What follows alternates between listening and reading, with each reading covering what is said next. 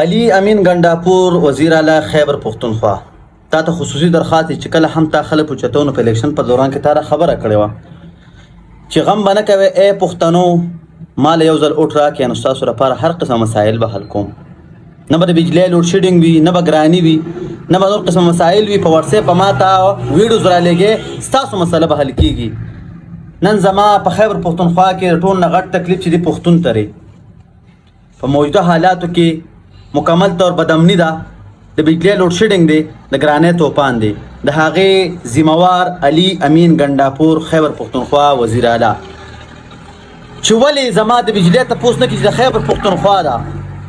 ولې زما د ګرانۍ تپوس نه کېږي چې ټول نه زیات معدنیات په خیبر پښتونخوا کې موجود دي ولې د بدامنۍ تپوس نه کېږي چې په ټول نه امن پسند خلک پښتانه دي او په دې باندې جنګ یلغار زور زبردستی کیږي د دې ورځې لپاره علي امین ګنډاپور صاحب پښتنو سپورټ کړی نه دی چې هغه به په باندې هر قسمه سخته تیریږي چې په ضلع 400 باندې په دیر اسوات مدین بحرین دی خوا چې کوم دی نور علاقې کوهاټ هنګو کویټه او اشنغر مردان ټنګې دا ټول علاقې چې په دې کې 21 घंटे په حساب سره 21 घंटे 21 هاورز لوډ شیډینګ او صرف 3 घंटे چې کوم دی هغه بجلی راځي هغه هم ډیم راځي زنانه تخیری کوي ماشومان تخیری کوي د چاکر د سکلو بنشتري د چاکر په پرچ کې یخي وبنشتري غریبانانو کرا د پکی د تاویدو لپاره بجلی نشتري په پیټه کې رزق ختم دی وړ نشتري سبزی نشتري هر قسمه مسائل که جوړ شوي دي په نن سبا حالاتو کې دا صرف او صرف تا جوړ کړي چې موږ نن په باور باندې اوټ اغستې دي او بیا هم دوکه راکړې ده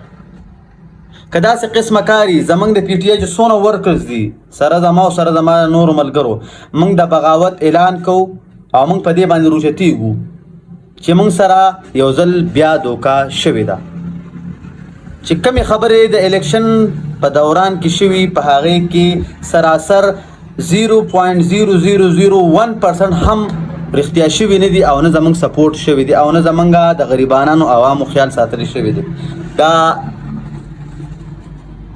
ستا حالات ستا بجلی ستا خیبر پښتونخوا او ستا کړه دي تلې او د پنجاب په غېږه کې ناسې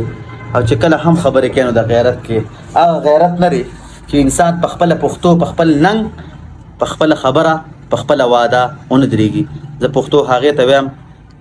چې په 100% کې 50% هم یو پښتون په خپله خبرو درېږي دا زما طرف نه په دې دور کې د ټول نه غوره پښتون دی او چې یو کس داسې چې هغه 0% هم نه ودرېږي دا پښتون نه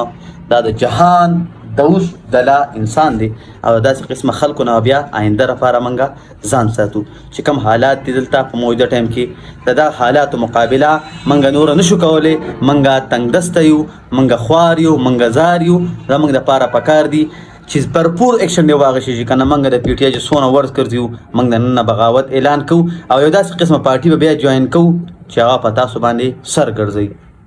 نو د هغې لپاره د هغې نه مخکې چې د پی ټي آی څونه ملګري دي چې هغوی بغاوت اعلان وکړي نو خپل